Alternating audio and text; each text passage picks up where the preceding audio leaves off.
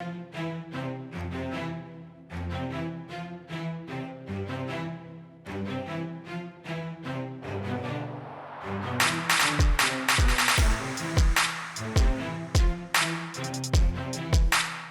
to the Social Chameleon Show, where it's our goal to help you learn, grow, and transform into the person you want to become. Today, I'm talking with Ben Baker. Storytelling has been a way of life for Ben. From a young age, he realized that through telling stories, people listened to him, understood him, and engaged. Professionally, this is what he's been doing now for over 2 decades. He helps brands tell engaging stories that compel their customers to take action. His mission is to have brands stop being a commodity, instead be a brand worth loving.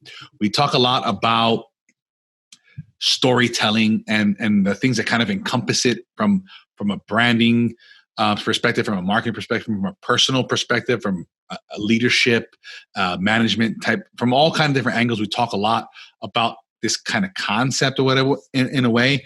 One of the favorite things that Ben said in this interview was, how am I making people around me better? I love this concept. We get into this a few times in the episode. Lots of great nuggets of wisdom. I hope you guys take away 1 or 2 great little things Ben says here. He's been around the block for quite a while. He's got a lot of great insights and stuff. Well, without further ado, let's talk with Ben. Ben, welcome to the Social Chameleon Show. Thank you so much for joining us. I look forward to our conversation and your nuggets and wisdom you can bestow upon us. Tyson, it is great being on your show. I've been excited about this show for a while. You and I had a pre-conversation a couple of weeks ago, and we just hit it off. So definitely. I think we're gonna have a lot of fun with this. Definitely. Thank you so much. I appreciate the compliment, the vote of confidence, maybe a little bit here for me. I appreciate that. Absolutely. Give compliments where compliments are deserved. Definitely.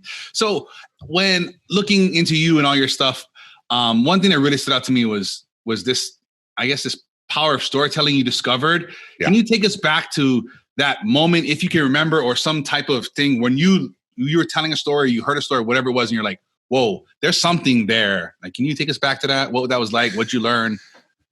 Well, I've always been a storyteller. Mm-hmm. I mean, from the time I was a little kid, when I was really young, and we're probably talking 7, 8, 9 years old, mm-hmm. one of my dad's friends was the head sales guy for a guy by the name of Tommy Vu. And I don't know if you ever heard of Tommy Vu in the 1980s. So actually, I probably would have been a little older than that. If we're talking the late 1970s, beginning of 1980s, I would have been 13, 14 years old. So a little bit older than that. Okay. But Tommy Vu sold real estate seminars. Okay. And, it was, you too can make $1 million with no money down. You can have big cars and fancy clothes and all this kind of thing. And he'd stand in front of this big house with his boat in front of him and a fancy car and 2 women, one on each arm in a bikini.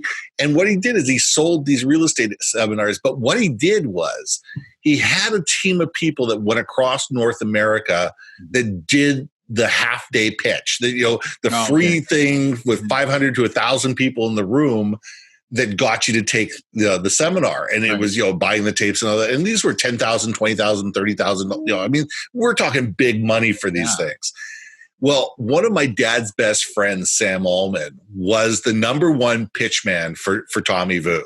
Okay. And his brother was number 2. The 2 of them sold more Tommy Vu products than the next 20 guys combined. Wow.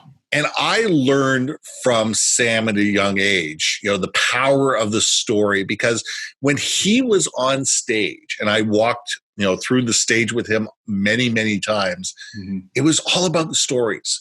When you knew people were leaning in was when he was telling stories. When he was telling stories from his life mm-hmm. and Tommy's life and how this happened and the good, the bad and the ugly and this happened, we had a problem and we overcame it and this was the challenge and then we overcame that problem. And because of all that, this is what we learned. And if you take this course for $25,000, we too can teach you how to be that as well. And people were, reaching into their back pocket, grabbing their checkbook and, drinking the Kool-Aid. And it was a magical thing from a young age watching this to sit there and say, all he's doing is getting people to believe. He's getting people to trust him. He's getting people to be able to put the vision in their mind's eye, internalize it, and turn it part of it, something that they need to have, something that they walked in the door knowing nothing about, maybe having a casual interest in, and by the time the door shut at the end of the day, these people were in hook, line, and sinker, and it was the stories that did it. So I learned from a very early age the power of telling stories. And, early on in my sales career, I was always told, have 3 stories at the go. Okay. Always have 3 stories at the go, whether you're on the golf course, whether you're in a meeting, whether you're anything, and be able to relate those stories to the situation that you're in. Okay. Customize those stories, relate those stories, change them around a little bit, keep them authentic, make sure they're truthful, but be able to sit there and augment them in such a way that it teaches a lesson that is relevant to the people that you're in front of. Because people remember stories far more than they remember marketing pithy comments and jingles and this and that, their thing. Take the Super Bowl, for example. Can you sit there today? And we're only February 3rd was the Super Bowl. We're not that far away from it. How many of those commercials can you remember today? Not that many. They weren't very memorable to begin with, I think.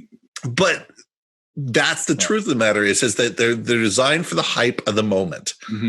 But they didn't engage with your heart, your body, and your soul. Yeah. And a story does that. A story does that. And not only that is, it allows for recall and it allows for people to retell. Right. And when you can get people to recall your story and retell it to others, that's when the magic happens. Right. On that Super Bowl commercial type thread or whatever, maybe you have some insight into this. I notice whatever nowadays, these commercials make no sense at all. I don't understand them. I don't understand how they align with the product or whatever it is. And it just baffles me. And I don't get it. Do you have insight into that?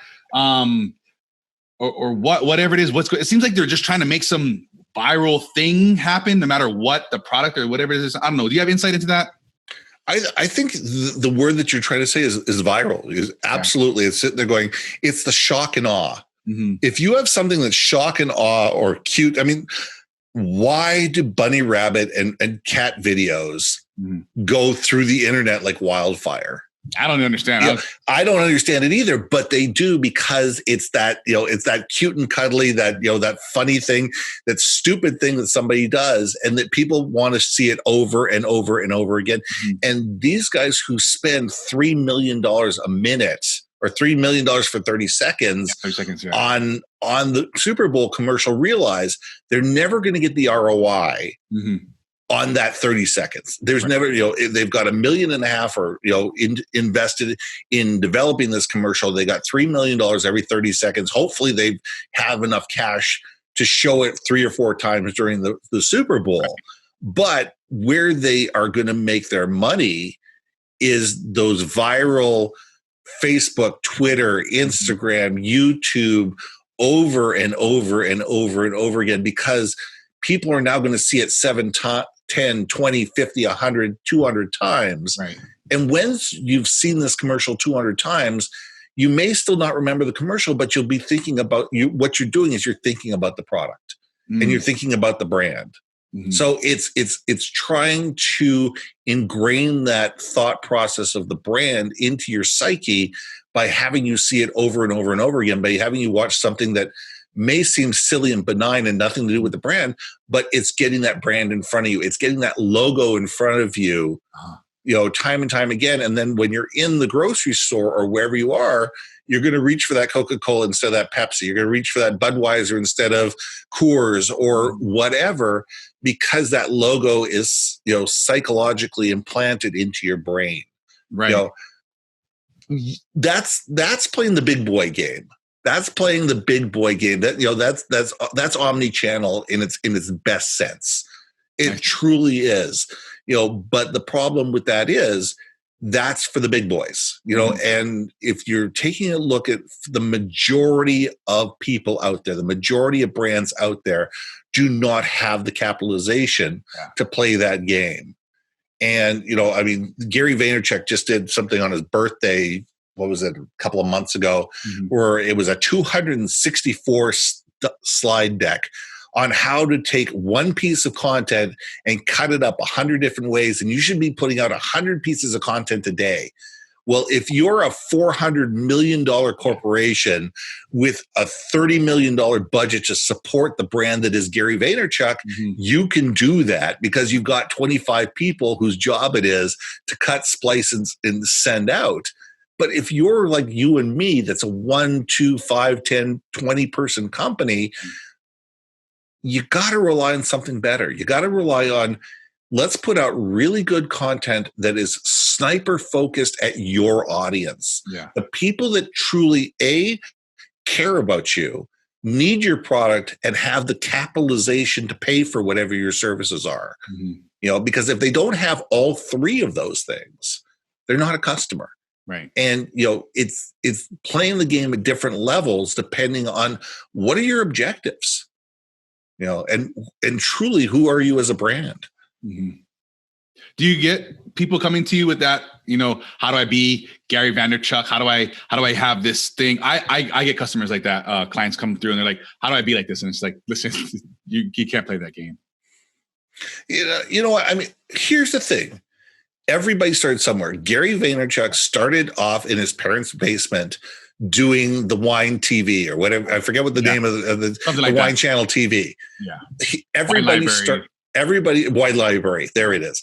Everybody starts somewhere. It not the fact that you can't do it, but it's how do you eat an elephant one bite at a time. Right. And it's realizing that you don't go from $100,000 company to a $400 million company overnight. There is no hack.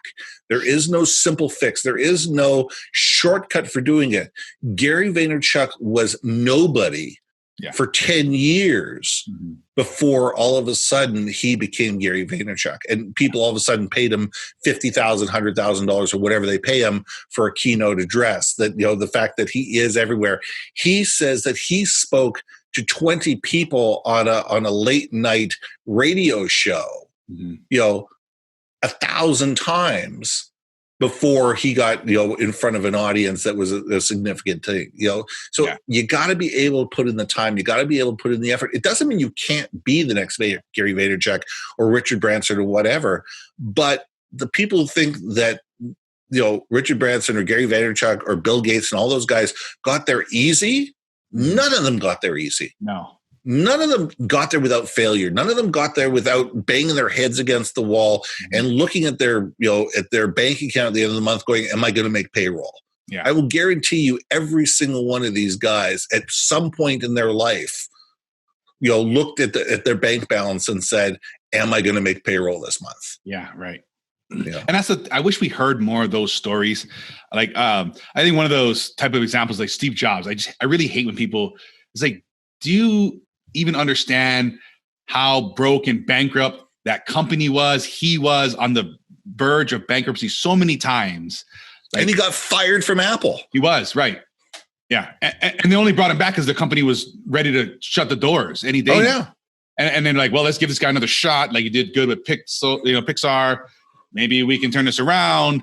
And people don't see that. And it's like we glorify this stuff. And what are you telling me? Who remembers the next computer? Yeah, I bet you most people that love Steve Jobs and love Apple stuff don't even have any idea what that was. Yeah.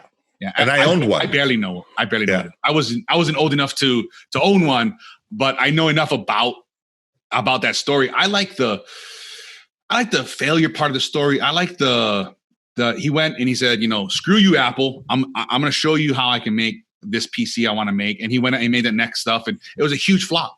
It was a huge flop, massive flop, millions and millions. I want to say it was hundreds of millions of dollars just down the drain. Nobody bought them. I mean, barely. It was horrible. And then he went on to Pixar, and it was a smash hit. And a lot of people don't even know he was associated with that or affiliated with that in any way at all. But that I like that he just didn't give up, and he kept trying, and he kept reiterating, and stubbornly he must have learned something on the way, even though it seems like he never did.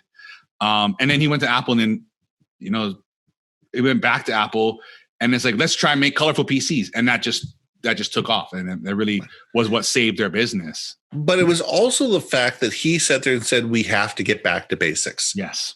It was the thought process as, do we know our clients? No. Do we know why our clients buy from us? No. Right. You know, if you look at Apple today, it's not Apple computers. No. It's Apple. Apple is a brand that talks about innovation. Mm-hmm. It talks about lifestyle. It talks about FOMO. Mm-hmm. You know, it talks about all those type of things. Yeah. You know, the fact that they sell technology, you know, the truth of the matter is they could get into, you know, insurance. Mm-hmm. And if they could make it make sense with the Apple ecosystem, they would be extremely successful with it. Well, they got a credit card now, so they figured that out. Well, they've got a credit card, and you know, if all of a sudden they created their own, well, they have their own insurance. You know, they have their own insurance for the Apple products. Yeah. So to be able to move out to another range of insurance products might be a next level, but you never know where a company is going. You know, if you concentrate on your core values and you concentrate on, this is what we believe, mm-hmm. and have your brand be what you believe, not being tied to a specific product or service, mm-hmm. you know, your customers will go along with you on that ride. You know, if people say, no, they make hammers, that's it. They're a hammer company. You know, it's a Stanley hammer company. No, but you know, it's Stanley tools. But people think of the Stanley hammer first and foremost. Mm-hmm. You know, and the question is, could they do a set of electrical tools? Probably not, because they're not. That's not what people think about them mm-hmm. for. Yeah. You know, so it's a matter of sitting there going, what do you want your brand to be, and how? You know, how do you build your core values in such a way that if the market changes, as needs change, as your customers change, you can evolve with them, and your customers will see that evolution happen with you. How are you and believe in you? Yeah. How are you coaching clients or customers or whatever it be to craft that story, to think about that story, and to make that, you know, not just something they believe in, but something they put out there in the world? Yeah, for me, it's getting them to understand why the story is important. Mm-hmm. You know, first and foremost, your brand story is for your employees. Okay. And most people look at me and go, huh? You know, I don't get it. Yeah. If your employees don't trust, believe in, and work towards the values of the brand, mm-hmm. and extol the virtues of the brand, no customer will ever believe in it. Plain and simple. It's all about building trust. If your employees understand, this is what we do, this is why we do it, this is where we came from, this is where we are, these are who our customers are, this is the value that we provide to them, and this is where we're going, they'll provide that story and the customer experience along with it to your customers, to go along with it, and to your vendors. Mm-hmm. Because all of a sudden, if your vendors buy into to your brand story, all of a sudden they're looking for solutions that are going to help make your brand better, because they get it. Mm-hmm. They get where you're going. You know, they're no longer selling you stuff. Mm-hmm. They're helping you achieve an objective. Your clients are helping you achieve an objective. Which in most part is helping them achieve their objectives. But your employees understand how they belong, and all of a sudden they're engaged.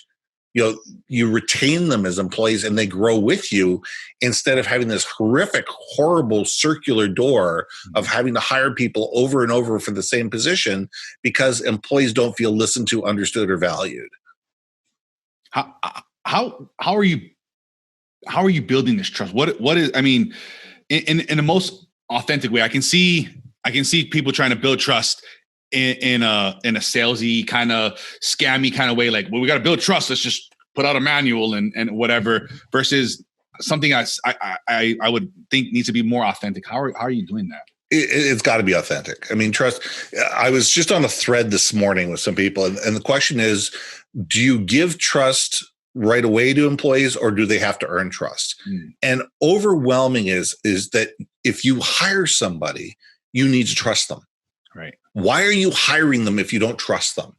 If you're not willing to give these people the keys and alarm code the first day they walk into the office, once they learn how to turn on and off the lights and the alarm code and all that kind of stuff, why are you hiring them?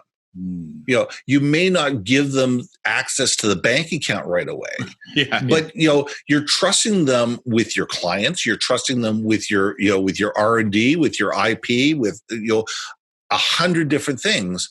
You need to trust the people that work with you. And, that comes down to leadership, communication, and culture. Leadership, there's too many companies out there that have managerial cultures versus leadership cultures. And a manager tells you what to do. A leader tells you why you're doing it. Right. Okay. And it's really important to work in a culture where you understand why you're doing it, and you have somebody who leads you within your team, whether it's a team of 5, whether it's a team of 100 or 10,000, that can show you this is where we're going and this is why we're going there. And this is how you belong. And this is how the work you do matters. And if you make a mistake and you have the best interest of the customer and the company at heart, that's okay. Let's work through this. Let's find out what happened, what went wrong. Let's figure it out together, and let's figure out how we're not going to do this again. And that's leadership, where a manager is writing a report on you and telling you that if you do it again, you're fired. And so it's really getting rid of the managerial mindset of my job is to make sure that these people with carrot and stick do the job that they're supposed to do on day in and day out, because that doesn't work anymore. That just doesn't work anymore. People need to be trusted. People need to be said to say, you know what, this is what we're trying to achieve. I trust you. Go do it. The best leaders I've ever known is somebody walks into their office and says, we have a problem. I said, okay, what are the 2 solutions you have? If you can walk into a leader's office and say, you know what, this happened, a mistake, I own it, something happened, we have a problem, whatever it is, but here are 2 different ways that we can fix this. A leader has done their job, because what they've done is they've empowered their people to think. And the more we can empower our people to think, the more engaged they're going to be, the better employees are going to be, the better customer experience they're going to give, the more loyal the clients are going to give. And therefore, guess what? All of a sudden, you stop being a commodity and you start being a brand worth loving. It reminds me of a story. I don't know if you've ever heard this story. There's a guy at Intel, the chip processor company. I forget what he did, but he wound up costing the company $10 million. He walked to his boss's office. He's like, I guess I'm fired. He's like, why would I fire you? I just spent $10 million educating you. And then from that moment on, he just was, a loyal customer. And there's kind of that sentiment of, like you're talking about, that manager versus that leader type mentality. Yeah. It's so sunk cost. You're right. If this employee just cost you $10 million, you're not getting that $10 million out of him. You're not going to get that $10 million out of this guy's hide. It's not going to happen. Right. If they had done it with malice and forethought, and we're not thinking of the customer and not thinking of the brand, and they just did it, without a care or one in the world, that's a different story. Right. But if they sit there and say, you know what, guess what? I screwed up. I get it. I made a mistake. You're not getting back that money. You consider that money you've already invested in that person. Right. And move forward with it and figure out, how do we turn those lemons into lemonade? If this person goes and does it again, guess what? Then you have a different issue altogether. Right. But, if they learn from this and all of a sudden they go on and be an incredible employee, and all of a sudden that employee says, you know what? They stood behind me when I made this major mistake. And, there wasn't the finger pointing, there wasn't laying the blame. There was, how do we fix this and how do we learn from this? Guess what? They're going to tell that to every other employee that they know. And they're going to tell it to customers. Right. And they're going to feel safe and secure at their job and know they can try things and do things. And if I make a mistake, it's okay. I'm not going to be fired. I can try to do things and make things better, make changes, make waves a little bit in a good non-malice way. Companies don't grow if mistakes don't happen. Right. Yeah. If you're always doing the same thing, if things are always perfect, you're not pushing the envelope. Right. And you're not innovating, and you're not changing, you're not growing, and and sooner or later, you're going backwards. Mm-hmm. As a company, you are absolutely going backwards, because if you're not moving forwards, you're going backwards. And, all of a sudden somebody's going to be behind you and is going to leapfrog you, and they're going to eat your lunch. Yeah. So allowing your people to make those mistakes and, and challenge things and push the envelope and experiment keeps you at the cutting edge, keeps you strong, and keeps you at the forefront of your industry, and makes you more valuable to your customers. That's your R&D budget. Right. Is there a way, if of identifying, let's say myself as a manager in that manager role that we were talking about, and saying, "Ooh, I'm a manager, but I know I need to become a leader." Can you identify yourself as that? And then if you can, how? And then what do I do to become a leader in the sense we're talking about here? The biggest question is, and I tell people when I'm leading workshops or on my online course and things I do, I have a course that I teach called How to Retain People Through Leadership. Okay. And the biggest question that I ask people is, when you wake up in the morning, what's your first thought? Is your first thought, how am I going to make people around me better? Or how am I going to make myself better? A leader is thinking about the people around them first, foremost, and always. It's not about the individual victory. It's not about puffing your own chest and making yourself look better, to your boss. Guess what? If your team is kicking ass and taking names, people will notice that you're the one leading that team. But if all of a sudden you're the one stealing other people's ideas and taking responsibility for stuff that other people did and all that kind of stuff, you're going to get that reputation real quick of being that person that is, we don't trust this person. And you may be a manager for the rest of your life because, if they don't fire you, they're certainly not going to promote you. Right. So I guess you would have to really probably do a lot of self-discovery, kind of ego disillusion type of thing to say, I'm a manager, I'm this guy, and I need to stop. Is that what I'm hearing that correctly? Yeah. I mean, there's a couple things that I would suggest doing. One, there's something called Strength Finders by Gallup. Strength Finders 2.0 by Gallup. Strike, is that what you're saying? Strength Finders 2.0 by Gallup. Remind me afterwards. I'll send you the link, and you can give it to your I'll put that in your audience. Exactly. Yeah, what it is, it's an online test, and either you'll find your top 5 strengths or your top 34 strengths. I think it's $19.95 US for your top 5 strengths and $34 for the entire report. And it gives you a PDF report. It says, these are the things I'm good at. Okay. And it really gives you a good idea of what are the things you are good at, and gives you a real good assessment of who you truly are. Too many people focus on the things that they're bad at. Yeah. This test really focuses on what are the things that are good at, what are my strengths. And by doing that, you get a pretty good assessment of what are your motivations? What are the motivations behind you? And it will give you a pretty good idea of whether you are truly a leader or you're a manager if you're in that situation. The other thing is this, my book, Powerful Personal Brands, a hands-on guide to understanding yours. I wrote it 2 years ago, and it's all about getting people to understand, codify, and communicate their value to others. Because I'm a big believer of until you love yourself, until you understand yourself, if you understand your own emotions and motivations, you can't lead other people. Right. And what I've done throughout this book is I've told stories, I've given the lessons behind them, and I ask a question, and then I have 2 pages of lines where you can write in your own thoughts. Okay. And it's really designed to get you to think about Who are you and what matters in your life? There's things like, what are the top 3 movies that you absolutely love and why?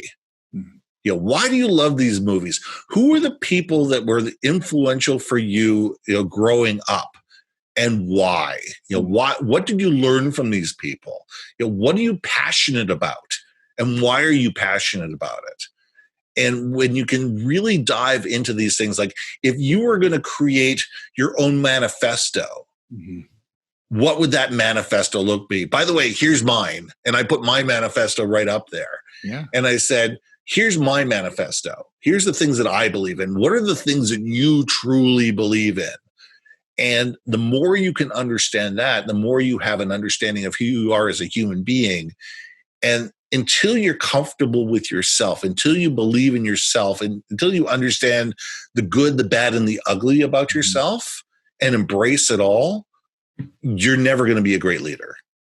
Yeah, absolutely. And then what I'm hearing also in this that I was thinking about is when you have all that information in whatever capacity, I think this would help you be able to craft this story, whether it's you as that employee within a company, or there's your company and saying, this is what I'm about, this is what we're about, and being able to craft that. Is that accurate? Yeah, because your brand story is the genesis of either the genesis of you or the genesis of your company. Where did you come from? What are the things that brought you to that aha moment? And how did you get from that aha moment to where you are today?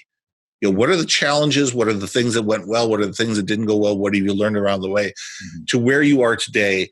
Now that you're here, what are the things that we do well? Who do we do them well for? Why do these people find us valuable? How do we change their lives? And more importantly, where are we going? And whether that's a personal brand or whether that's a corporate brand, the questions that you're going to ask are very similar. Right. Because it's that I came from here. This is my history. This is what I believe in. I have a customer that I worked with a couple of years ago that the family started on a homestead in the 1850s in rural Saskatchewan. Wow. They still own that property. Wow. And to them, family is the most important thing. And he owns $150, $200 million company. And to him, family is the most important thing. And his employees are family, and his customers are family, and his vendors are family, and everybody gets treated like family, And because of that, that's, very large projects are done on handshakes. I like that. There's a lot of, I'm going to stare you in the eye. I'm going to shake your hand. We're going to say, I promise. And this is going to get done. Yeah. And he's been very successful that way, but he can tell that story of I grew up on a farm in rural Saskatchewan, and my father and my grandfather grew up on this farm, and this is what we learned, and this is why I got into the tractor business. And what he does is he sells tractor equipment, like these huge combine tractor equipment across North America, or at least across Canada. I'm not sure if it's across North America, but at least across Canada.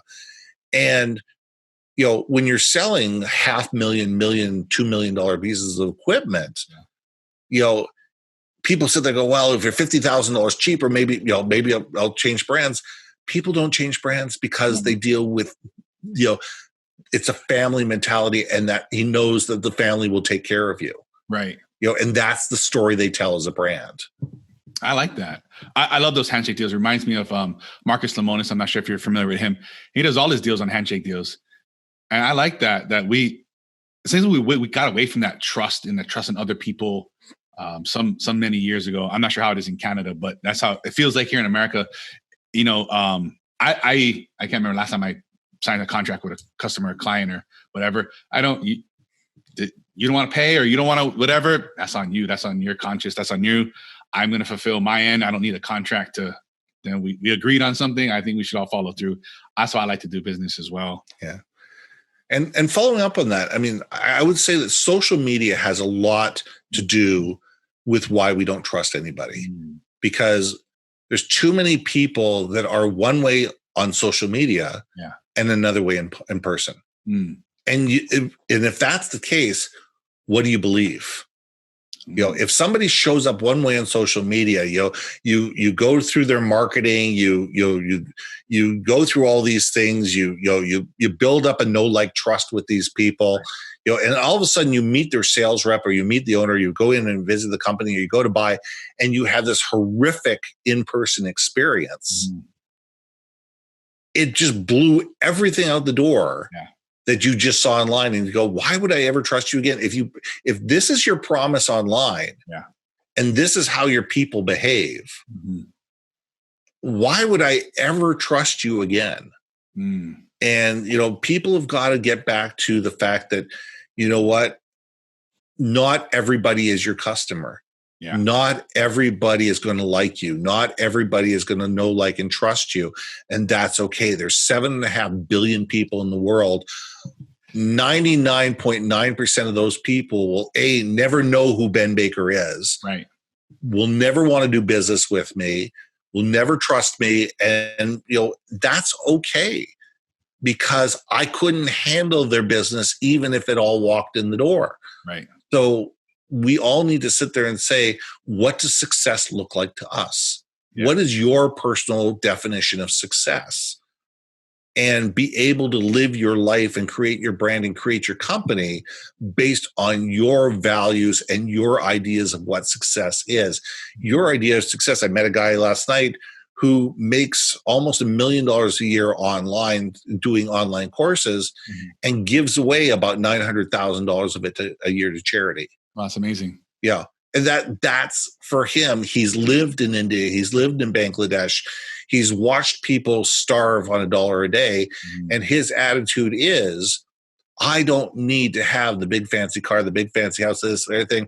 If I can sell $1 million, $2 million, $5 million, $10 million of this course, then I can give away 95% of it. And, and that's how he wants to live his life. And that's, and probably more people buy his course because that story is behind it. And they can see the money that he gives. And his blog is full of stories about all the money that he gives away to charity and how this charity has impacted other people's lives. So why wouldn't you buy this course? Even if you didn't, even if you didn't want the course. You might spend $150 or $75 or $125 on the course because you know that this guy is actually taking the money and using it to do good in the world. So it's a matter of understanding what your purpose is and being able to tell the story of that purpose, to the world in a way that resonates with them. I like that. You ever heard of or read that essay by Kevin Kelly, 1,000 True Fans? Yes. This is kind of what this reminds me of. If you get folks out there who haven't read it, I'll link to it or whatever. But it says this, we think we need these hundreds of thousands, millions of people to sustain this lifestyle or whatever, whatever, but you really don't. And I really taken that to heart, and I've really passed that message on to a lot of clients. I had this one comes to mind was she was new as a therapist. She said, well, how do I do this? And I want to make this big thing. I was like, how many clients a year do you need to live the lifestyle you want? She said, I don't know. Do you think you could live 100 clients, like 50 clients? Like, what do you need? And, and she had no idea. I was like, do you think you could have a good life if, you had 100, 150 clients and that's all you ever dealt with? Is you think you can go out and find those people? And she said, well, what about the other millions of people? I was like, you can't handle those people. You cannot possibly see these millions of people that have this thing. It's a very, very specific kind of thing. Trauma. Doesn't matter. Yeah. But she just could not get past I hear what you're saying, but there's millions of people that are suffering from this. And I'm like, you can't do that. Like, you can make a huge impact in 100 people's lives. Like, you also got to understand the whatever. Or she's got to change her model. She has to sit there and say, my job in life is to train the people that are going to train the people that are going to train the people to be able to get this out to the world. Yeah, there's that.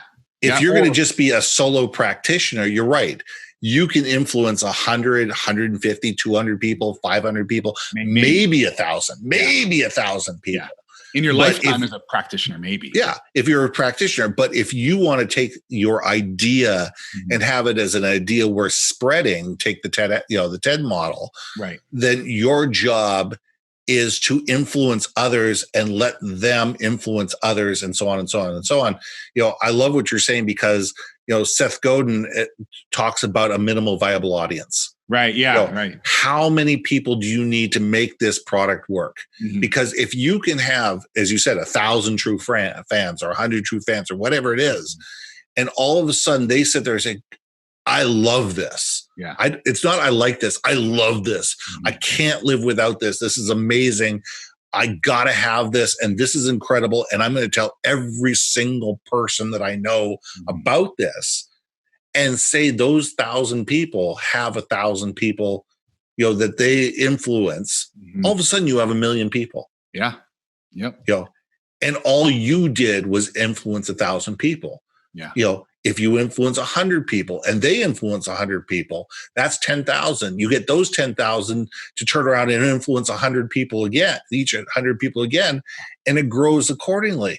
The trick is to make raving fans. Yes. It doesn't have to be a lot of raving fans, but if you can create raving fans that sit there and say, I'm always going to go, and I'm going to always do business with Tyson. Tyson's incredible. He always takes care of me. He always knows what I need. He always, is reliable. When I call him up, he's there on the phone. I always get great service. I always get, insight that I don't get somewhere else. Oh my God, you have this problem. You have to talk to Tyson. Yeah. And all of a sudden that is worth millions and millions of dollars in Facebook ads and Google, Google AdWords and LinkedIn and email funnels and all that kind of stuff. One person telling another person, oh my God, you have this problem. You need to deal with Tyson. Right. That is worth $1 million in advertising. Yep. Every single time. It is. Because you don't have to sell that person. They're already sold. All you have to do is take care of that person the same way that you take care of the person who introduced you to them. Yeah, that is absolutely true. What are some tips maybe you have that you constantly see or share that help craft that story? What are like the couple, maybe 2, 3 top things that really help people hone in on that? I think it's iterations. I mean, honestly, the first time you tell your brand story will never be as good as the 500th time you tell your brand story. Right. You're always going to be tweaking it. And I can't say this enough. It has to be authentic. Yeah. It has to be you. Your people will not tell your brand story exactly the same way that you do, and you don't want them to. You want them to internalize a story and tell the story from their point of view, not your point of view, from their point of view. Yeah. So here's the basic story. Here's what the story is. Internalize it and be able to bring it out and understand why it matters to you and why it matters to the people that are in front of you. You're going to tell the story differently to a set of bankers than you are to a set of soccer moms. Right. The basic underlying premise of the story is going to be the same, but the things that you focus on may be different. It's all true. Yeah. It's all it, but you may use certain parts of the story with certain people and different parts of the story with different people. It's understanding who is the audience and why do they care? What is the problem that they're having? Why is the hair coming out of their head? Why is their face about to explode? Because they've got a problem. People deal with you because they've got a problem. I don't care who you are in the world. People come to you with money in their hands or a Visa card, burning a hole in their pockets because they have a problem that they can't fix. And the reason why they're going to give you their hard-earned money is because they believe that you can fix that problem effectively in ways that is worth more to them than the money that they have in their pocket. Yeah, that's the key, is understanding people are looking to solve a problem, looking to alleviate a pain. Always. Yeah. Always. I mean, in 30 years of sales, that's the one thing I learned, very early on is what's the underlying problem that people have? Mm-hmm. And it's never the fact of, it's never the first thing out of their mouth. Yeah. It's absolutely never the first thing out of your mouth. And you have to be willing to listen, and you have to be willing to dig a little deeper and ask why and what does this mean to you? And what will happen if this happens? Mm-hmm. And the more you can dive into understanding what the real problem is at the end of the day, the better off you're going to be. Mm-hmm. The better off you're going to be, and be able to sit there and say, okay, now I understand what the real problem is. Let's see if we can figure this out together. And if you can't solve their problem, find them somebody who can. Yeah, absolutely. Because even if you don't make a dime off of it, what you've done is you've cemented trust with this person. Yeah. They say, oh my God, I went to Ben with this problem. You know what? He realized right off the bat, he asked me a bunch of questions, realized that he couldn't help me, but he introduced me to somebody who could fix my problem. Mm-hmm. That was amazing. Yeah. And he didn't make $1 off of it, but he spent an hour with me to find out what my problem was and help me solve it. You've elevated your brand enormously. When you're talking about tweaking your message, is something maybe we should go back quarterly, biannually, annually, look at this and say, did we make changes, or is that too stringent and we just, when we fail? I think you need to sit there and say, what's changed? Mm-hmm. You need to constantly look. I'm a big believer of every organization needs to have somebody in the office whose job it is, even in a company of one, mm-hmm. who's got their eyes 5 years on the horizon. Mm. And what are the things that could be coming up that could change my business? What are the customers' needs? What are the technology changes? Who are the new players in the marketplace? Dynamics, other things that are going on, and be able to sit there and say, okay, these are the things I can influence. These are the things I can't influence. These are the things I know. These are the things I don't know. Maybe I need to find out more about this, even to just have a conversation and say, okay, what does AI really mean to my business? Maybe it's worth me spending $500 or $1,000 to bring in an AI person to sit there and have a 2-hour conversation with me to say, what could AI do for me in the long term? Is it worth investing it now, or is this something I should be looking at in the next 3 to 5 years? Yeah. And what's the value of doing it? So we need to be doing that with our brand as well. We need to be sitting there and saying, does our brand still resonate with our audience? And that's ongoing communication with our people. That's ongoing, communication with our employees, with our vendors, with our customers, to sit there and say, are we taking care of you in the way that you need to be taken care of? And then shutting up. Yeah. And not being offended if they say no. If all of a sudden they say, well, really? No, you're not. Well, okay. Why not? What's changed? Oh, we do that. Well, that's silly. We can fix that in 5 seconds. Mm-hmm. And sometimes it is. Sometimes it's, what? The way you guys send us the invoices doesn't work for our accounting system. Mm. Okay, you're a $2.5 million client. We can modify your invoices.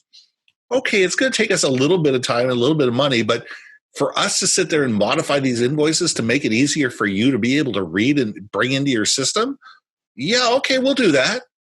We'll invest the time and the energy and the money to do that if that's going to make your life a little bit easier and that's going to cement our relationship. But if you never ask that question, if you're afraid to say, how are we doing? Yeah. What could we be better? What are some things that you're seeing out there in the marketplace that you'd really like us to be able to do for you? If you don't have people that are asking those questions of your customers and asking those questions for your employees as well, because they're talking to their buddies and they're sitting there going, well, this company does this for their employees, but we don't do this. Mm-hmm. Then if you don't have a pulse on it, if you're not asking the question, sometimes you can't do anything about it. Yeah. But if you can, and it's not, absolutely horrifically expensive to do it in a way that's just not viable, why wouldn't you at least take a look at it and sit there and say, okay, maybe if we make these small little changes, we can cement this client relationship or this employee relationship or this vendor relationship And all of a sudden, we're a stronger company because of it. I like to circle back around to this AI thing. You being in this employee retention type of space, Yep. From what I see in the market and what's going on is a lot of people feel like their jobs are being taken away from AI. How do you see that? And then how do you talk to employees or employers about what may or may not be happening with that? It's a long conversation, but here's the short of it. I could probably talk to you for about an hour on this. AI, machine learning technology, whatever, is, and will be changing the world, the way the world works. That's reality. Absolutely. It's reality. We have two problems. One, many corporations don't understand how to use the technology effectively, and they don't understand the limitations of the technology. That when it's time for the technology to kick out and create have a human being. Let's take customer experience for a reason. Okay. You call up to a call center, okay, and you get the automated voice or the bot online, or your online chatbot or your automated voice, and it asks you a bunch of questions. Well, sooner or later, the questions that it's either going to answer the question you need simply and easily, or it can't. Right. And the problem is, when it can't, do you hang up, or does it automatically say, would you like to talk to a human being? Would you like somebody who can answer these questions for you? Yes. Now, what should happen there? What should happen is all the information that the AI has gathered already should be pushed out onto a dashboard. So when the customer experience person answers the phone, they already know your name, where you're calling from, what you guys have been talking about. And here's 2 or 3 possible solutions that the technology could be. You know what? We're having a problem with the shipment. Oh, okay. I've got your tracking number. I've got where your thing is, all that sitting on a dashboard. So we can start having an intelligent conversation instead of somebody answering the phone and saying, "Hi, my name is Bob. Who am I talking to?" Yeah. And all of a sudden, you've spent 15 minutes online waiting for this customer experience person, thinking the bot was taking care of, giving you all this information, and you're starting from scratch. Yeah, that's a big frustration I have too. So that's an enormous frustration of any company. And, and companies think that technology can do anything. Oh, well, we have a customer service email. Everybody can just send anything to email. Well, some people just want to hear a voice. Yeah. Somebody wanted to hear a voice, and sometimes people just want to vent. They just need somebody to hear them. As I said, people want to be listened to, they want to be understood, and they want to be valued. Computers will never be able to do that. Yeah. Never. I don't care how sophisticated computers could be, they will not be able to empathize. They will not be able to extrapolate. They will not be able to sit there and be able to problem solve at a level and it says, this is an outlying issue. This is what makes sense for this particular customer. We can go ahead and do this for this one particular customer. Technology can't be programmed for that. What it can be doing is it can give broad generalizations, but you need a human being to sit there and listen and says, well, that doesn't make sense. Hang on a sec. Yeah, you need me to wipe out that one penny on your invoice that keeps showing up every month? No problem. Hang on. It's done. Right. And technology can't do that because technology says, well, you owe us a penny. Right. Yeah. It's a 1 and a 0 situation. You owe us that penny. Where a human being needs to be able to look at that and go, yeah, the human being on the end of the thing is being frustrated because they're getting a penny invoice and they're being told that it's 30, 60, 90 days overdue. Yeah. And we're paying $10 or $5 every time to send somebody an invoice for a penny. Yeah. Yeah. And that's where companies need to realize that we need to retrain our people to make them better at dealing with the human issues and being able to empower our people to deal with human issues as they came up. Use technology where technology makes sense. There are certain things where if it's a simple rote thing that people ask over and over and over again, and you can create a video a really, really well done video that explains the situation and shows people step by step how to deal with something, great. Send it to them and says, did this video help? Yes, no. No, boom, automatically goes to tech support. And a human being takes over. And that tech support person already knows you've watched the video. You know, that's how technology and humanity need to work hand in glove. And I don't think we need less humans. I think what we need is to be able to retrain humans to be able to do more effective human-based work and provide better customer experience and let the computers do what computers do. Right. Yeah, those simple, repetitive tasks that we just as humans don't like to do. Yeah. Yeah, I like your angle, and that's how I think about it too. It's not about getting rid of the humans. It's about we're going to have different roles to play that we're not playing now. Or do the roles that we're doing now better. Right, yeah. Because we're not focused on the manual minutia, and therefore we can focus on the outlier issues.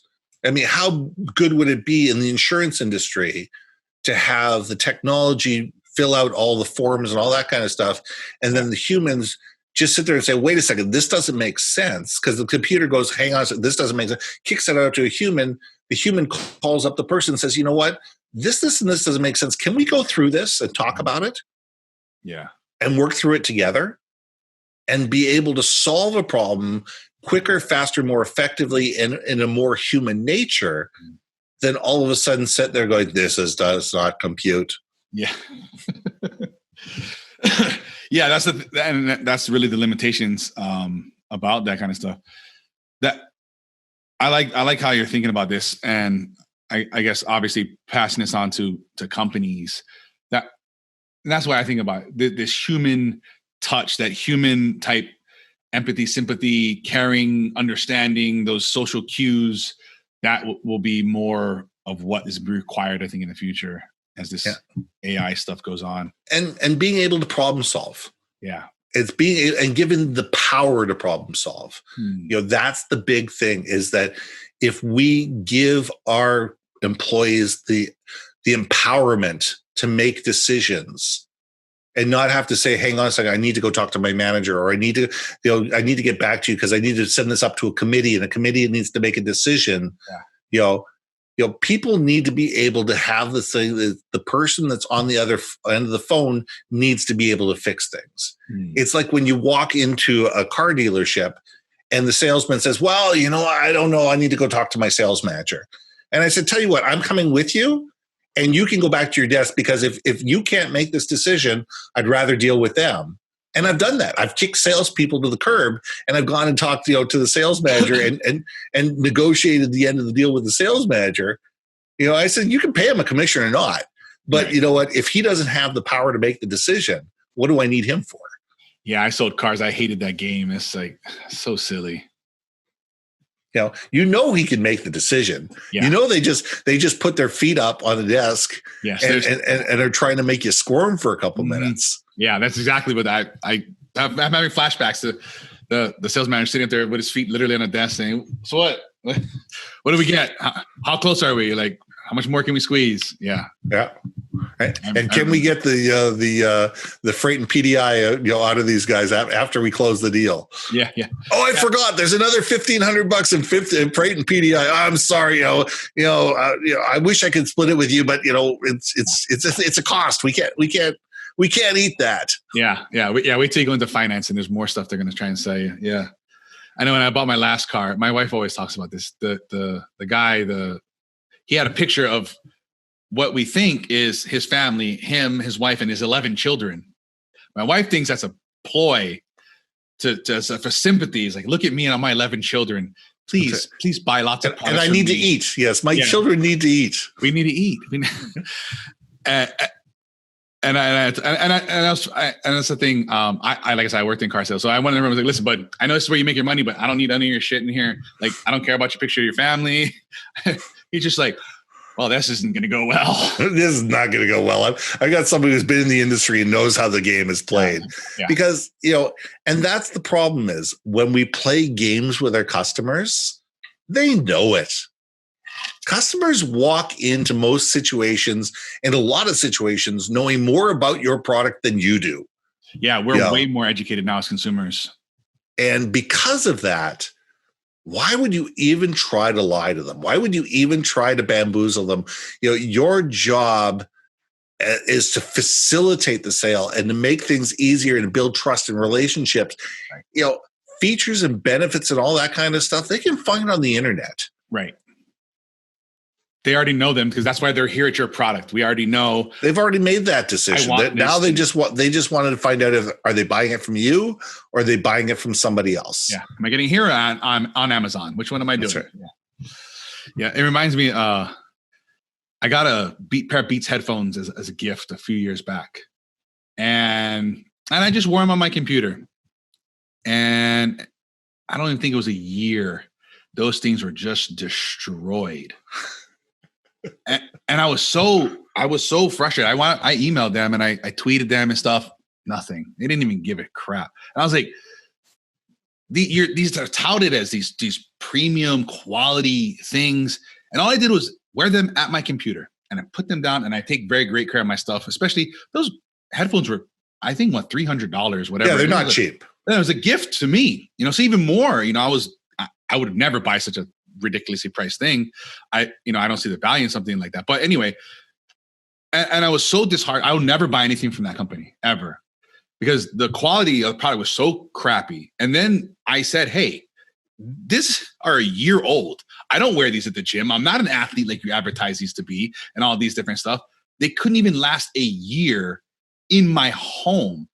I think you guys should rethink this. Nothing. I was really shocked. I really thought I would hear back from a company like that. I just didn't. I'll never do business with them ever. And a lot of that comes to the fact that, people want to be listened to. They want to be understood. They want to be valued. And if we don't value our customers, if we don't listen to them and listen to what their challenges are, I had a client years ago when I was selling promotional products. And they came back to me a year and a half later, and they told me that one of the products, I know what it was. It's those cell phone wallets that go on the back of your cell phone. So the sticky things, and you put your Visa card in it. They said, well, they're not sticking. I said, okay. It's a year and a half later. The glue does, dissipate over time. Yeah. This is, well, it hasn't they haven't stuck for the full year and a half. I'm going, well, why didn't you tell me? Yeah. Like, if you told me this right away, I could have we would have sent them back. We would have gotten a brand new batch and you guys would have had them. I says, a year and a half later, I can't go back to a company and be able to do this. So we ended up, giving them a discount on something else to be able to help them out and make it up. But there was no way. Like, I even talked to the customer. They said, look, Ben, if you had sent these things back even 30 days later and said that the glue is failing, we would have fixed it. I said, absolutely, I know it was. But a year and a half later, if nobody tells me that they're having a problem, I can't fix it. And, part of that is on me to be able to go back 3 months later, and I do this now. I don't sell promotional products anymore, but still, let's go back. Did everything work? Is everything okay? Are you satisfied? Are you happy with the work that you did? Is there anything that we could have done better? And giving your clients the opportunity to tell you that either A, they're immensely satisfied, or B, you know what? It was a good job, but you know what? This, and this were missing. Okay, how can we fix that? And have the opportunity, so it's not sitting there stewing in their mind that, I don't want to contact this person. I don't want to bother them about this. Maybe, but it's going to bother them. And guess what? If it bothers them enough, they're going to your competition next time, and they're not calling you next time there is an opportunity for you to fix them, because they go, I bought this stuff in the last time. It didn't quite work. Or, we did this project and I wasn't really happy with the outcome. Or, if you don't know, if you don't ask the questions, all of a sudden you can find that person who you thought was a loyal, wonderful customer is doing business with your competition. Yeah, that's a good point. Is that follow up? How did you get into employee retention or engagement? I'm sorry. I got into employee engagement is because, I've always been a brand guy. I've from the very beginning when I started off in direct mail almost 25 years ago, it always came down to, before we marketed something, what are we marketing, and what, before we can tell the story, we need to figure out what the story is. And it evolved from being very tactical to being very brand oriented. And from there, I started realizing about 5 or 7 years ago is that companies are spending an enormous amount of money communicating their brand value outside the company. Mm-hmm. But, employees, you sit there and say, to the point of, they say that we have this promotion going on. We do. Yeah. We have this promotion going on. Well, your customers know about a promotion because your marketing department's been telling everybody about it, but they forgot to tell everybody inside the company that this promotion's going on. And how stupid do you feel inside the company when your customers are talking about a promotion that you haven't got a clue exists? Yeah. And what I realized is that it was those type of things were causing employees to turn over really quickly. And over the last 5 to 7 years, tenure with companies is shorter and shorter and shorter. Right. Because employees don't feel valued, they don't feel listened to, they don't feel understood, mm-hmm. and they're not led, they're managed, and they don't feel that what they do matters. And because of that, I said, you got to be able to tell the story inside the brand. You have to be able to communicate more effectively within the brand. You have to be able to build leaders, that can lead instead of manage. And really, that became a passion for me. That became a real passion for me, to be able to sit there and say, look, we need to be able to have your people inside the company feel that there's a purpose for them being there. Mm-hmm. They need something that they can hang on to, they can believe in, that they can be proud of. Because if they're not, how are they ever going to be proud, and how are they ever going to tell your story to your customers? Yeah. Yeah. So I look at it and go, the internal employee engagement is a big deal. I mean, Inc. magazine says that 70% of your employees are disengaged in one way, shape, or form in the office. Wow. 50% of employees are either actively or passively out there looking for another job. And this is costing the U.S. economy, Gallup says, about $500 billion. Wow. Every employee that you lose costs you $100,000 to replace, because it's not just the hiring and the firing process. It's not just the onboarding process. It's the time spent by managers and leaders to read through resumes and interview people when they should be doing other things. It's the fact that, when one person leaves, the slack has to be taken up by other people. So therefore, there's inefficiencies within the company. Jobs get, done wrong. Jobs get missed. Customers leave because they're frustrated. Employees leave because the person who left finds another job, and they take 2 or 3 people with them. Mm-hmm. It could easily cost you $100,000 every time an employee leaves you. That's after-tax dollars. 10 employees a year leave you. That could be upwards of $1 million. Wow. What could you do with $1 million? What could you do with $100,000 within the average company? Mm-hmm. So it's a matter of saying, are employees going to leave you? Yes, they are. Eventually they are. No employee is there forever today. Yeah. The days of the 35, 40-year employees within a corporation, they're going to happen. They're going to be anomalies. Yeah. They are going to be anomalies. People are going to reach a position within their company where they're going to realize they're going, there's nowhere else for me to do. There's nowhere else for me, nothing else for me to learn. I can't grow anymore. I need to go find somewhere else where I can grow. And at that point in time, you need to celebrate that, and you need to help them find something better for themselves. But leaders do that. Managers don't. Right. But in the meantime, if there are ways that you can help people move around the office, learn new skills, do different things, build new experiences, mm-hmm. and keep them engaged, why wouldn't you? Yeah.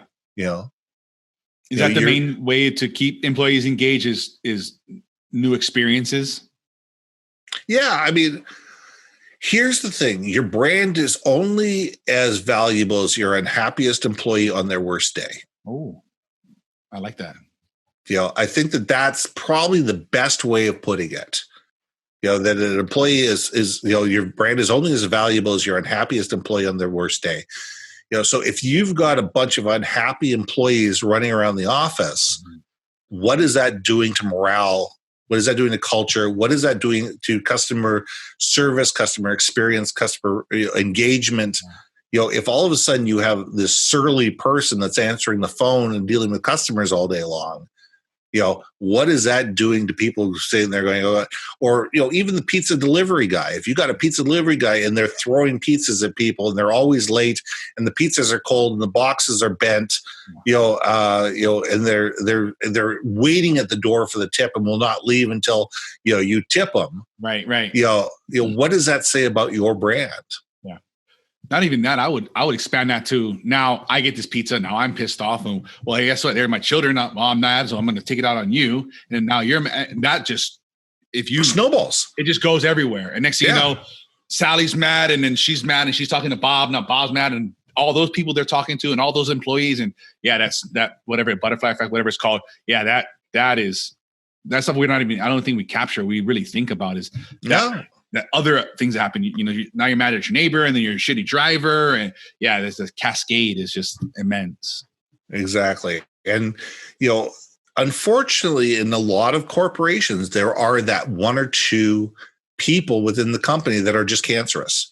Yeah. For lack of a better word, I'm sure there's a much better word to use, but they're just toxic within the office. Yeah. And, they could be a manager, they could be an employee, they could be the owner of the company. And until you can do something to change those things, nothing around the office changes. Morale will, focus around that person as long as that person is miserable. Right. Because, it just wears everybody down. And when everybody gets worn down, the company suffers because of it. Mm-hmm. Yeah, that stuff is definitely contagious. I want to go back to your talking earlier about valuing employees. What are some, I don't know, what are techniques or strategies or theories or principles that you find at work you use to make an employee feel valuable? It's got to be in the moment. Okay. There's too many companies out there that do these wonderful evaluations on a yearly basis. And they said, well, Bob said that you do this. Well, when did Bob? Oh, about 11 months ago. Mm-hmm. How can you fix a behavior that happened 11 months ago? And it's now festered for 11 months. Mm-hmm. And because you don't know that it's, that you've done something good or you've done something bad, you don't know if you've done something good or done something bad until, that review. So if you can catch people in the moment and be able to sit there and say, you know what, great job, even great job. What are you working on? Do you need any help with that? Is there anything I can, do you want to bounce any ideas off me? Do you want me to come with you to that client and give you a hand with that? And be able to support people and be able to, to have that positive viewpoint of the, I think it's called, I'm going to have to look it up and get it for you. It's a new company called Get Perks, I think is the name of the company. Okay. And what they have is every employee gets an online Visa debit card. And they're both in the United States and in Canada. And what it is that the manager can use an app on their phone and be able to text message somebody right away. It says, a great job, thanks for doing blah. And it could be just after you saw it, the person, you didn't say anything, and boom, all of a sudden you get a text message and you could get $25 on your account. Oh, that's cool. So you automatically know that you're getting that money from that particular thank you. It's not a monthly, quarterly or annual bonus. Mm-hmm. It's in the moment.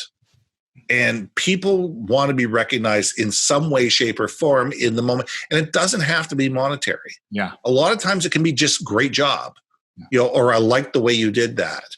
Or, you know what, we're having a meeting next week. Could you talk about that? Because I really like how you handled that. Mm-hmm. It kind of reminds me of that thing you said earlier. It kind of seems like it goes back to how am I making people around me better?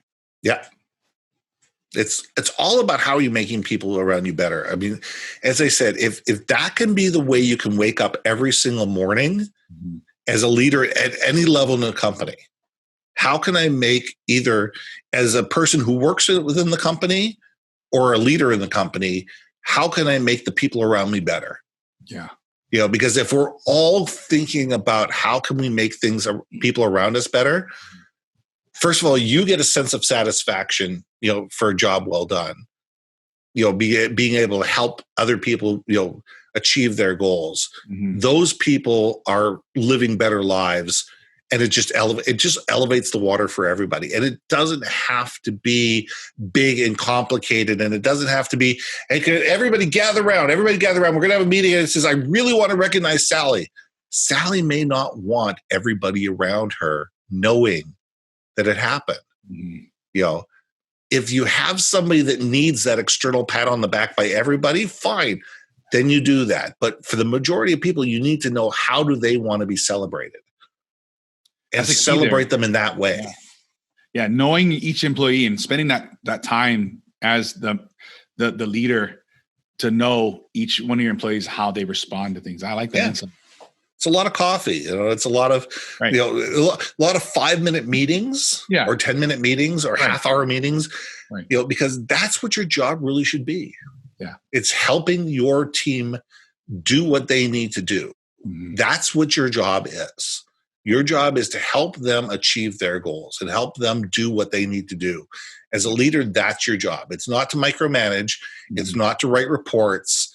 It's not, it's not to, create dashboards. Yeah. It's giving your team the ability and the skills and the opportunities to succeed. Yeah, and I like you're saying there, it doesn't take a lot to have a 2, 3, 5-minute conversation with somebody, and really learn about them, take some notes or whatever. And I can see, and like you're saying, I mean, at $100,000 an employee, I mean, to have a 5-minute conversation once a week, twice a week, 3 times a week, I mean, it doesn't even have to be rigid or scheduled, but that's definitely worth $100,000. I mean, if you think about it from that type of really structured, analytical point of view, it's time invested. Yeah, definitely. What has been the best failure in your life? Looking back and saying, probably not in the moment, you're like, this is going to be great in 10 years. But can you think of something that was like, man, this is horrible? And then looking back, saying, wow, I'm glad I went through that. Well, I think there's a lot of things that you do in your life that you sit there going, well, that didn't work out. Mm-hmm. No question about it. Yeah. Probably one of the biggest mistakes I ever made was I blamed a customer for something that I shouldn't have blamed the customer for. And I sat there and says, well, you signed off on this. Is back in my direct mail days. Uh-huh. You signed off on it. You're responsible. It's your problem. You pay for it. Mm-hmm. And they did. Yeah. And they never came back. Wow. Ever again. Wow. So I won a $30,000 payment, mm-hmm. and I lost $250,000 a year customer. Dang. Yeah. So I think what it's done is it's really forced me over the years to look at what do we need to do to win in the long run. Mm-hmm. Forget about short-term pain and short-term gain. Let's start thinking a year, 5 years, 10 years, 20 years down the road.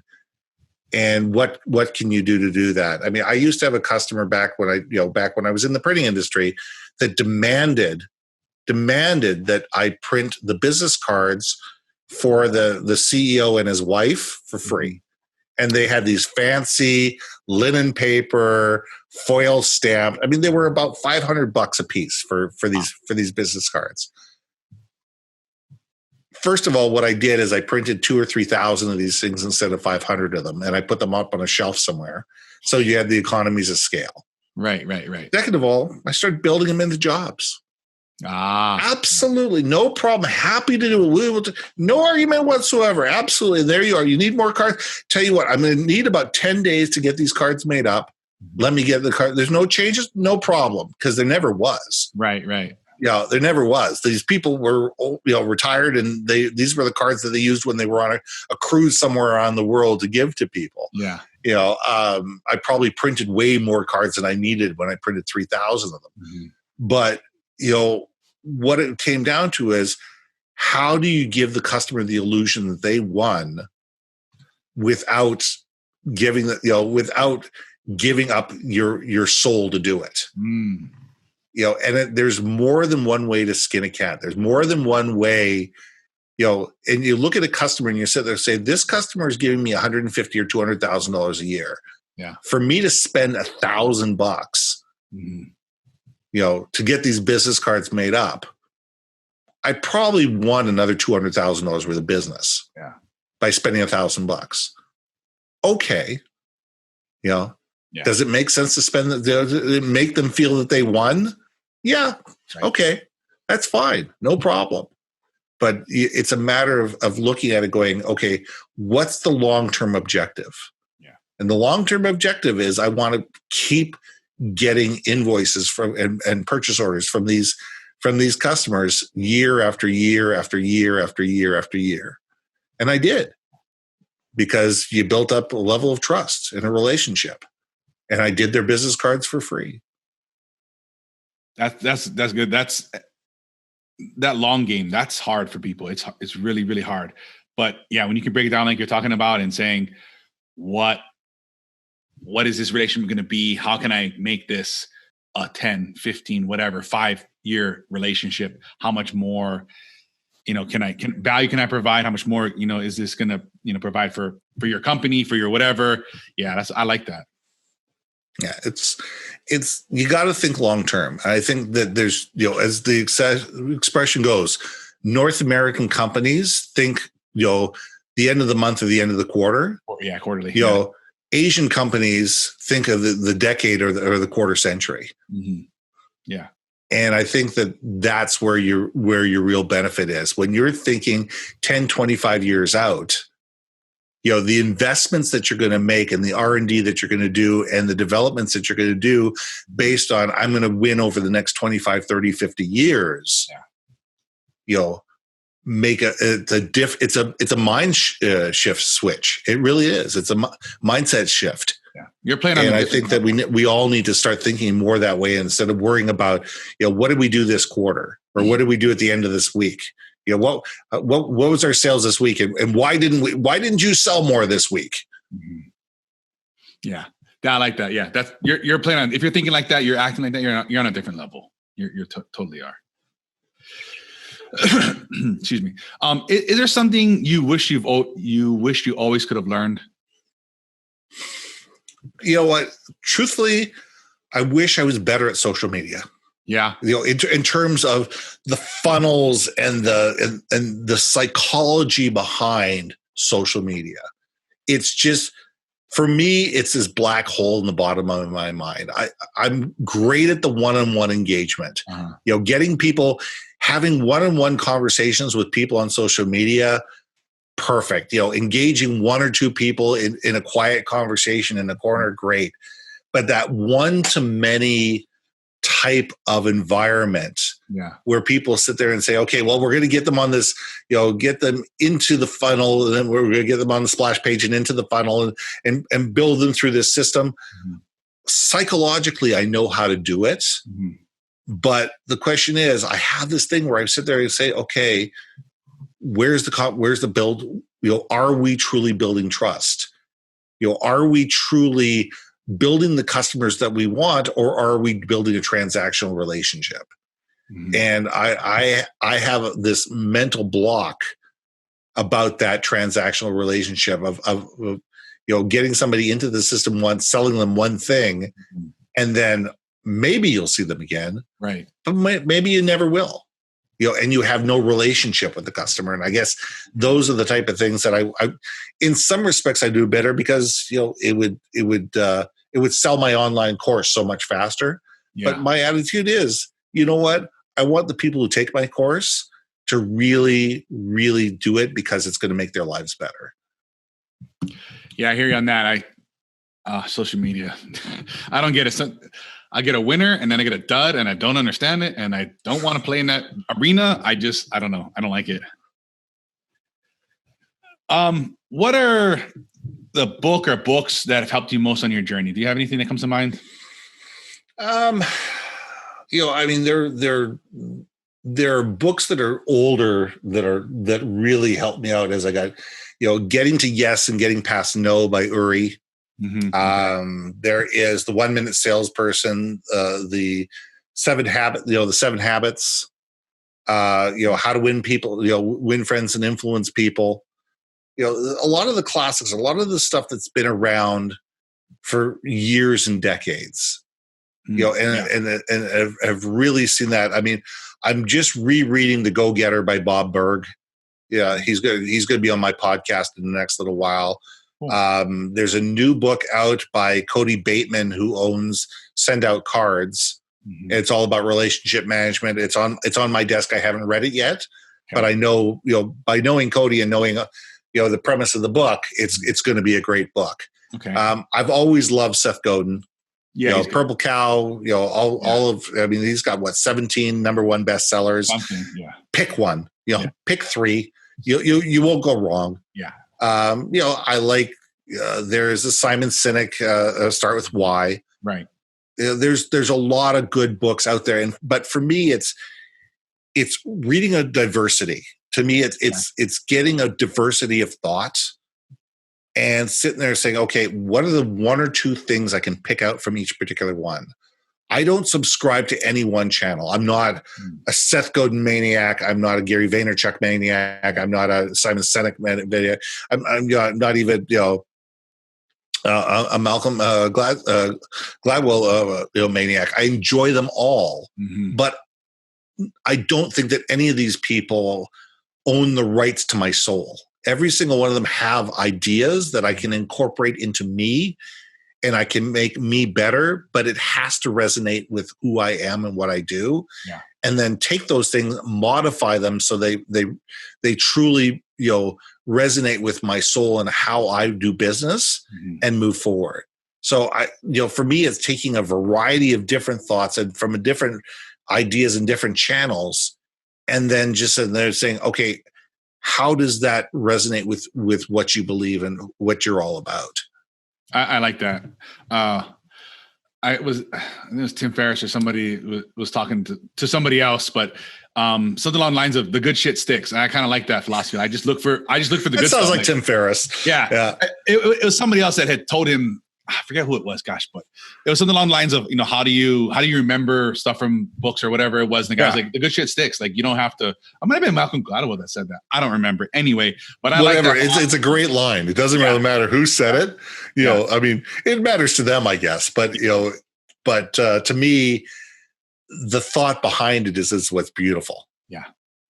Yeah. And that really opened up my mind to reading in a different way and consuming content, whatever, consuming these ideas in a different way. It's like, I always was like, I got to get everything out of this, whatever book. And after that, I was like, the good shit's just going to stick. And I'm just going to take that. I'm going to run with it. I'm going to incorporate that into my life, into my teaching, to whatever it is. And it sounds like what you're trying to say too. Well, I mean, let's take that a little further. I mean, You and I have been on the air for an hour and a half now, I guess, rough numbers. Nobody's going to catch everything that we've talked about. Right. Not everything. People are going to hit one or two highlights. There are going to be one or two things. They're going to go, okay, that really resonated with me. Yeah. It's like when I'm on stage for 45 minutes and I'm talking to an audience, I sit there and say, forget about everything else that I talked to you for the last 45 minutes. If you remember this one thing, that's really what it's all about. Yeah. And it's giving people that one thing and allowing them to understand what that one thing means to them, because everybody's going to interpret it differently. Yeah. And it's if you give people too many choices, too much information, too much slop all at the same time, they become overwhelmed. I do. Yeah, I absolutely do. I become, if you give me too many choices, I'll pick the number 4 on the menu. I'll get, I go into, where do I go into? Cheesecake Factory. Oh, you go into Cheesecake Factory and that menu goes on forever. 87 pages. Yeah. I'm having this chicken dish and I'm having this piece of cheesecake. Why? Because I always have this chicken dish and this piece of cheesecake and this appetizer. And that's it. There's 3 things that I eat on that Cheesecake Factory menu, and that's it, because the menu overwhelms me. There's too many decisions, so I'm not going to change anything. Mm-hmm. And that's reality for most people. Yeah, I've been there once because of that menu. I was like, I'm never coming back here again. It took us so long to order. It was all of us. It was our first time. I'm never coming here again. Yeah. But that's the thing.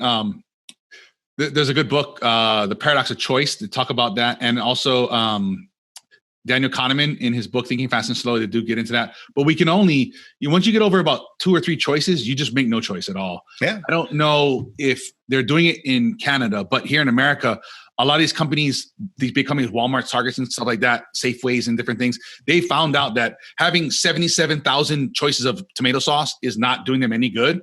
No, it's not. And so they're condensing all this down to just the top few best sellers in each category. And here, I noticed that most at Walmart, I mean, it used to be before this, the whole one aisle, the whole entire aisle was just cake mixes. Now you've got like 3 choices. And it's interesting to see that kind of go.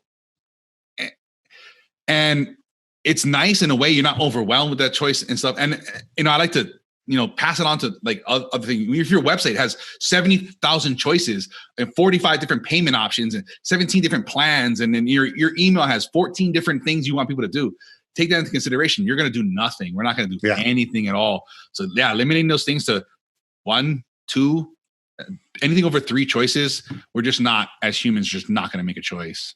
Well, you look at people like Zuckerberg, who wears the same T-shirt and the same pair of jeans every single day. He's got 42 or whatever, the same T-shirt and 22 pairs of the same jeans, and that's his uniform. That's what he wears every single day because he doesn't have to think about it. Yeah. It's one less decision that he has to make. It's like me. I get up in the morning and I know I'm having a bowl of cereal, I'm having a cup of coffee, and I'm having a piece of fruit. That's it. I know that that's what's happening. Mm-hmm. Oh, and I might have yogurt. If there's yogurt in the house, I'll have a yogurt. Yeah. But that's my breakfast every single morning. It has been for years. Mm-hmm. So when we eliminate certain decisions in our lives, it frees us up to make decisions on other things. No, yeah, it does. And I found that to be helpful as well. It's, I wake up in the morning, I open my dresser drawer and I just stick my hand in the row, and whatever shirt that is, that's what I wear. I've already decided the types of colors and styles I like. I just grab and go.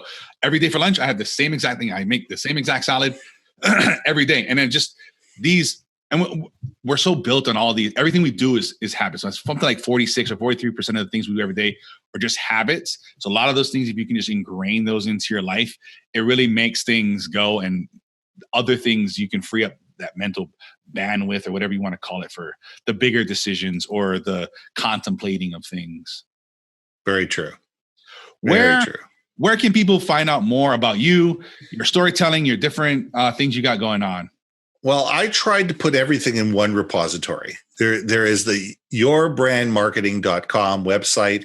And within that is my speakers page. It's my workshops, my online workshops, my, my podcast. I'll have this podcast up and running on that as well. I have a list of all the podcasts that I was on. Everything sits, and even all my ebooks, all my free ebooks are on there as well. Everything sits at yourbrandmarketing.com. You can get to my social media. You look in the top right-hand corner, there's my phone number, there's my email address. That's probably the best way to get in touch with me. If you desperately want to get a hold of me, call me, 604-512-7174. 99% of people will not call me, but those who want to call me, you know what? The cell number is always on, and I always do answer it. Perfect. Don't rush out, people. I will link all this in the show notes. And there's a special code for your course. Is that we have? Yeah. What I've done is the course, the How to Retain Employees Through Leadership. I've given you a $50 off coupon. It's Perfect. Friends of Ben 50. So Friends of Ben 50, and we'll put that in the show notes as well. But there's a $50, so that's a 10% discount off the course. Well, thank you very much for that. I appreciate the sentiment, and I think all the listeners and viewers will appreciate it as well. Okay, my pleasure. And then one last thing before we wrap up here. On a Social Chameleon Show, I like to do a weekly challenge, something either we talked about on this episode or an idea or concept you want people to implement into their life. I want to give you the opportunity to issue this week's challenge. This week's challenge is I want you, whether you're a leader of an organization or you're within an organization, go up to 3 people within your company and find out what they're passionate about and why. And it can have absolutely nothing to do with work. You just say, listen, I want to know what you're passionate about and why you're passionate about it. Get to know people. Get to know people on a personal level. Get to know what makes them tick. What are the things that are important to them? Because the more we can understand the people that we work with, the more we can have a real relationship. And if something goes wrong, you have a level of trust that you can sit there and say, okay, fine, this went wrong. Let's stop blaming each other. Let's actually have a conversation about it. Love that challenge. What's one of yours you're passionate about? I'm a big golf junkie. I am absolutely golf junkie. And for me, golf is a passion because it's the imperfect game. Yeah. You could play the same course 50 days in a row and the game changes. Mm-hmm. The pin may be differently. The grass may be cut a little bit differently. It may be wet. It may be dry. The wind may be coming from the right. The wind may be coming from the left. You may be hitting the ball a little bit smoother one day than you do. Your chipping may be on, your putting may be on, your driving may be on. You never know. You're going to find yourself behind a tree that you never found yourself in before. Yeah. It's the unpredictability of life, and sitting there going, golf is a game of recovery, and that's what I believe about life. It's not the situation we find ourselves in; it's how we get ourselves out of it, and that's what the analogy of golf is for me. Because when you find yourself behind that tree, you don't pick up the ball and put it back on the green and go out. You sit there and say, okay, I'm behind this tree. How do I get myself out of here? And what it may mean is I may have to chip backwards to put myself back on the green so I can go forwards again. But if you understand that, then that's a great analogy for life, that sometimes we have to go sideways or we have to go backwards in order to advance. And I think that's what I really love about the game of golf. Well, I love golf and I have a new appreciation for it now. I like that analogy. Well, there we go. It's just these are the things that come to my brain. I love it. Thank you, Ben, so much. Like I said, guys, everything will be in the show notes at the Social Chameleon Show. And thank you very much, Ben. I really appreciate all your time. You know what? Thanks for having me on the show. This has been an amazing conversation. I don't think I've been on a podcast this long, and I love the format. I think that it allows us to get into a lot of different meat and be able to have a lot of very valuable conversations. And you know what? Hopefully people take out of this podcast what's good for them. Yeah. And that they find 2 or 3 nuggets that really speak to them and help them make their lives better. Perfect. Thank you so much for the compliment. That's my goal is to have these a little bit longer form conversations so that we can extract a couple of these things. Like you're saying, we probably never would have found some of these things. And it's not what we think. It's what is pertinent to somebody's life in the moment, in the situation that they're in right now. True. Like I said, in the beginning of this, I hope you guys really got a lot of good stuff out of this interview. I know I did. I got tons of notes on here. Lots of great stuff. If you're looking for more great things, you know how we do it around here. We like our giveaways, and head over to the socialchameleon.show/pickme. See what we got going on for this month's giveaway. We do books, we do courses, we do all kind of different things to help you folks grow, whether it's that, growing daily, your 1% or more, the weekly, monthly, quarterly, however it is you're doing your thing. We want to help add value, help find things that we're loving, we're using, and pass that on to you guys. For everything we talk about, you guys head over to socialchameleon.show, get all that stuff from Ben, easily to get connected with him, see what he's got going on, great courses and all that kind of stuff. Will all be linked in the show notes for you guys. If you know somebody, maybe somebody else on your team or at work or whatever, is looking to help increase their storytelling ability, these couple of nuggets you found helpful, share this with them, share this with people. It's the best way to support the show. If you like what we got going on, don't hesitate to leave a like, leave a review. If you have ideas for the show, don't hesitate to email us. In between shows, you can visit us at the Social Chameleon Show on Facebook, Instagram, and Twitter. For past episodes and links to everything we talk about here today, you can visit socialchameleon.show. And until next time, keep learning, growing, transforming into the person you want to become.